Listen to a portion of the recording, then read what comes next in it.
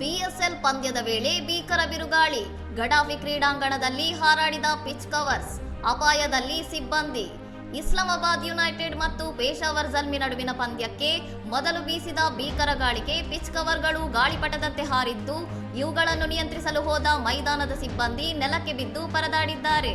ಧಾರಾಕಾರ ಮಳೆಯಿಂದಾಗಿ ಮೈದಾನ ಸಂಪೂರ್ಣ ಜಲಾವೃತಗೊಂಡ ಹಿನ್ನೆಲೆಯಲ್ಲಿ ಟಾಸ್ ಪ್ರಕ್ರಿಯೆ ನಡೆಯದೆಯೇ ಅಂತಿಮವಾಗಿ ಪಂದ್ಯವನ್ನು ರದ್ದುಗೊಳಿಸಿ ಎರಡೂ ತಂಡಗಳಿಗೆ ತಲಾ 1 ಅಂಕ ನೀಡಲಾಯಿತು. ಮೈದಾನದ ಕಳಪೆ ಮೂಲಸೌಕರ್ಯದ ವಿಡಿಯೋಗಳು ಸಾಮಾಜಿಕ ಜಾಲತಾಣಗಳಲ್ಲಿ ವೈರಲ್ ಆಗಿದ್ದು, ಪಾಕಿಸ್ತಾನ ಕ್ರಿಕೆಟ್ ಮಂಡಳಿಯ ಸಿದ್ಧತೆಗಳ ಬಗ್ಗೆ ಜಗತ್ತಿನಾದ್ಯಂತ ಅಪಹಾಸ್ಯ ವ್ಯಕ್ತವಾಗುತ್ತಿದೆ. ಪಂದ್ಯ ರದ್ದಾದ ನಂತರ ಅಂಕಪಟ್ಟಿಯಲ್ಲಿ ಪೇಶಾವರ್ ಜಲ್ಮಿ ತಂಡವು 3 ಅಂಕಗಳೊಂದಿಗೆ 2ನೇ ಸ್ಥಾನಕ್ಕೇರಿದ್ದರೆ, ಇಸ್ಲಾಮಾಬಾದ್ ಯುನೈಟೆಡ್ ಮೊದಲ ಅಂಕದೊಂದಿಗೆ 6ನೇ ಸ್ಥಾನದಲ್ಲಿದೆ.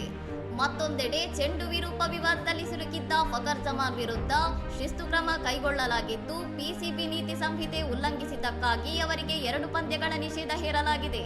ಇನ್ನಷ್ಟು ಸುದ್ದಿಗಳಿಗಾಗಿ ನೋಡ್ತಾ ಇರಿ ಸೌರಂ ಟಿವಿ.